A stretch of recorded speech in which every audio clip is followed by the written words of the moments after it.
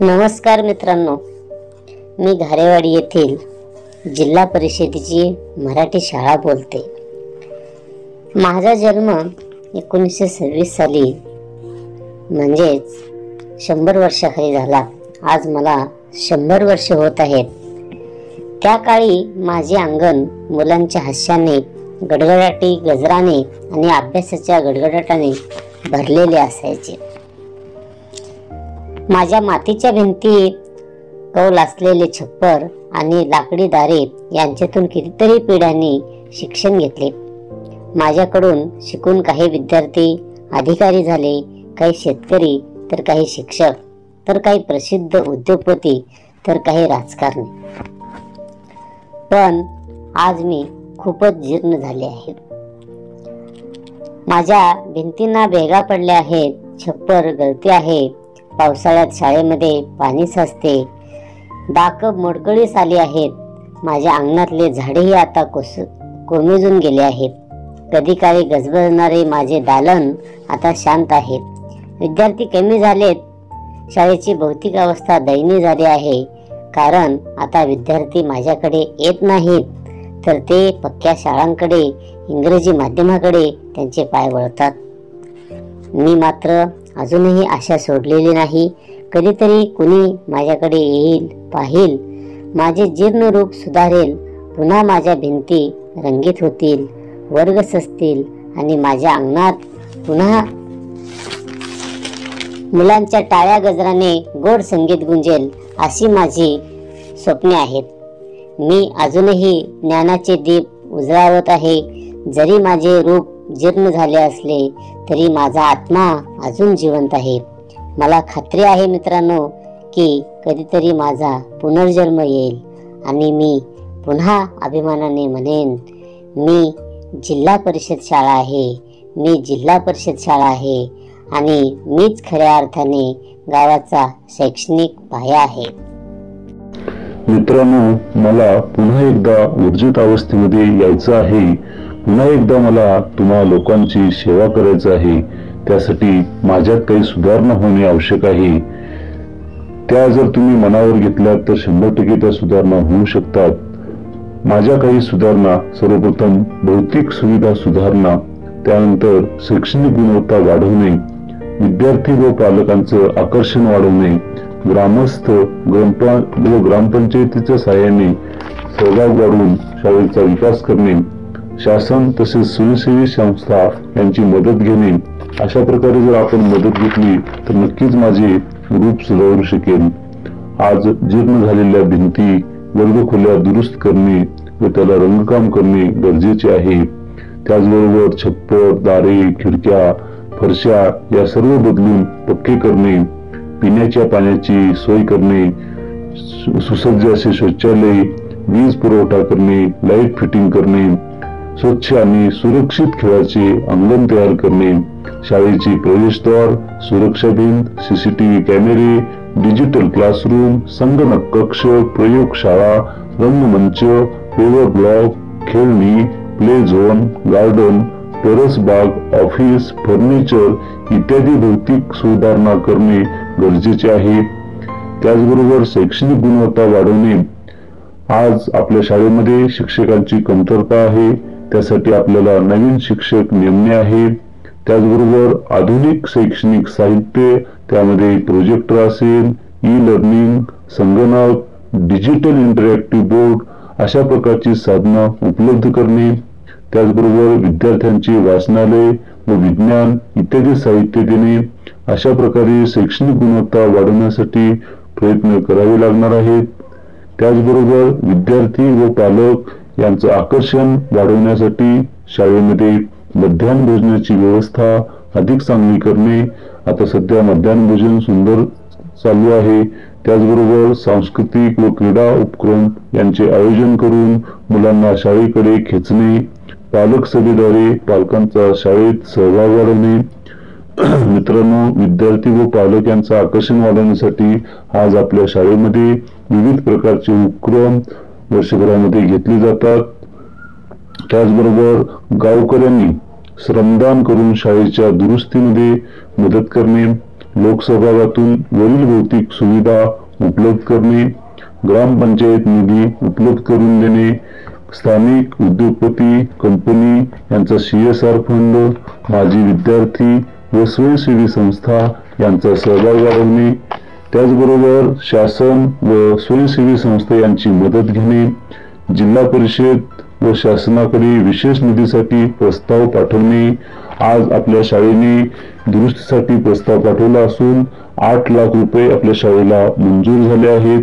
तो निधी लवकरच आला तर त्याचाही उपयोग आपल्याला आपल्या शाळा दुरुस्तीसाठी करता येणार आहे। त्याचबरोबर CSR फंड अंतर्गत विविध कंपन्यांची मदत घेणे, यासाठी सुद्धा आपल्या शाळेतील सर्व शिक्षक, ग्रामस्थ यांनी सुद्धा आज भारत फोर्ज या कंपनीच्या CSR फंडातून शाळेसाठी सुसज्ज अशी शौचालय व संरक्षक भिंत मंजूर करून घेतलेले आहे। लवकरच त्याचेही काम सुरू होणार आहे। त्याचबरोबर विविध ज्या स्वयंसेवी संस्था आहेत त्यांच्या मार्फत डिजिटल साधने, इंटरॅक्टिव्ह बोर्ड, संगणक यासारखे साहित्य मिळवणे, अशा प्रकारे शासकीय मदत, गावकऱ्यांचा सहभाग, माजी विद्यार्थ्यांचा सहभाग हातभार मिळाला तर जीर्ण झालेली आपली जिल्हा परिषदेची शाळा पुन्हा एकदा नव्या उत्साहाने उभी राहील, पुन्हा एकदा आपल्या शाळेला ऊर्जित अवस्था येईल।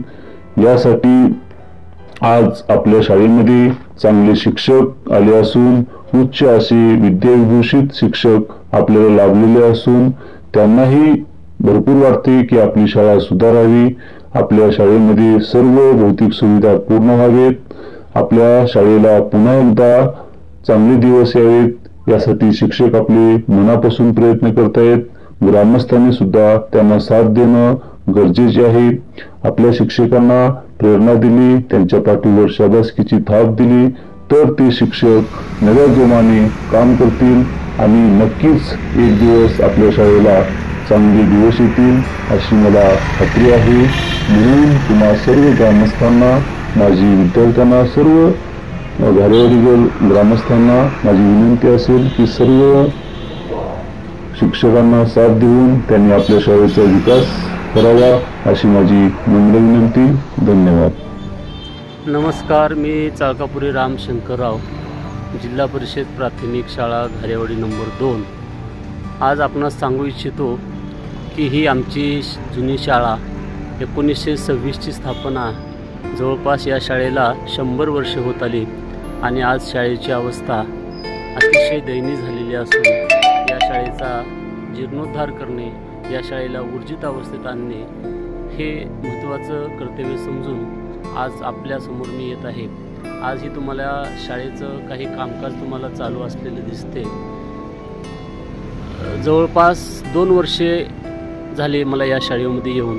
शाळेचा कायापालट व्हावा असं खूप वाटायचं, काय करता येईल याचा विचार सतत मनात चालू होता।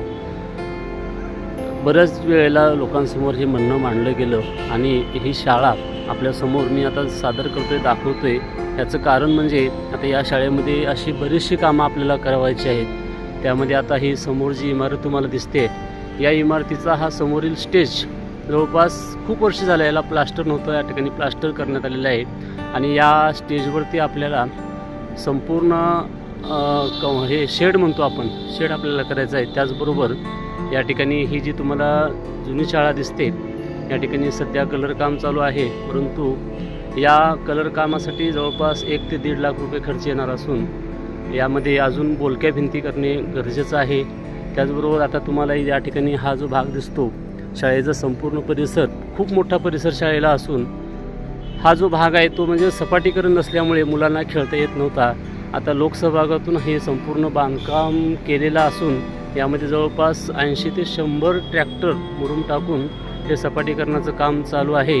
यासाठी भरपूर निधी लागतो आणि या ठिकाणी जो तुम्हाला दिसतो हा परिसर, हा संपूर्ण म्हणजे एक सुंदर असं गार्डन, मुलांना खेळण्यासाठी खेळाचं साहित्य, त्याचबरोबर लॉन्स, शोची झाडं, असं बरंच काही या ठिकाणी आपल्याला करायचं आहे। त्याचबरोबर आपल्याला आतमध्ये जर बघितलं, आता ह्या जुन्या खोल्या आहेत, या जुन्या खोल्यामध्ये जवळपास दगडीच बांधकाम संपूर्ण आहे आणि या दगडी बांधकामाला प्लास्टर करणं खूप गरजेचं आहे आणि हे प्लास्टर करण्यासाठी आपल्याला खूप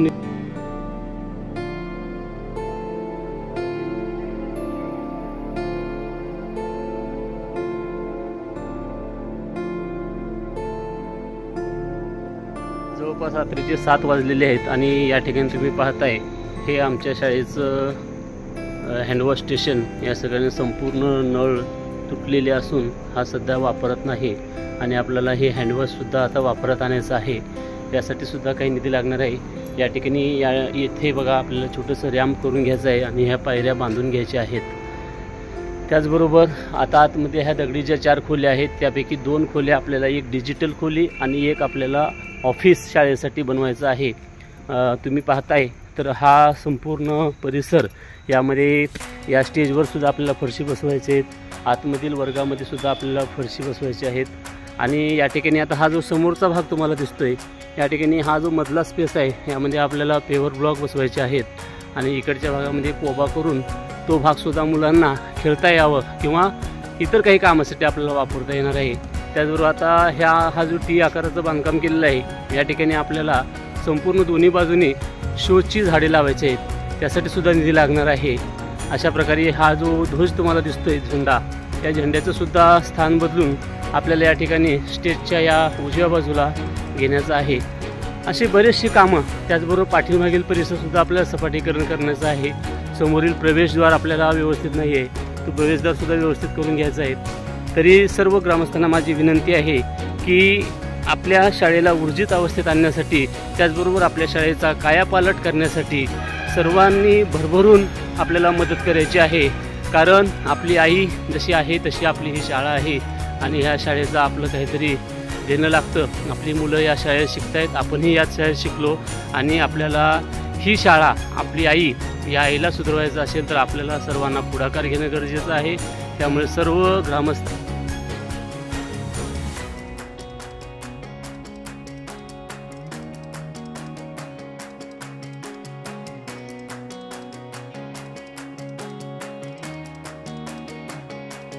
देणगी देण्यासाठी खालील नंबरवरती फोनपे अथवा गुगल पे करावी. धन्यवाद.